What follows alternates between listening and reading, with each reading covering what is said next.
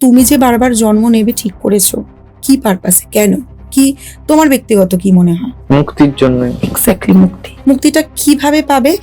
Each and every মোমেন্টে তোমাকে শিক্ষা নিতে হচ্ছে। হ্যাঁ, তুমি আজকে চাকরি ছেড়ে পডকাস্ট চ্যানেল খুলেছো, বিশাল একটা সিদ্ধান্ত। ওই ডিসিশনটা তোমাকে নিতে শিখিয়েছে যে আমি পারবো চাকরি ছেড়ে, হাতে কিছু নেই, আছে মনের জোর, আমার কনফিডেন্ট, আমি চাকরি ছেড়ে একা লড়তে পারবো। এই যে শেখা, এটা থেকে তুমি লাইফের একটা পার্ট জিতে গেলে, ওই লেসনটা তোমার কমপ্লিট হয়ে গেল।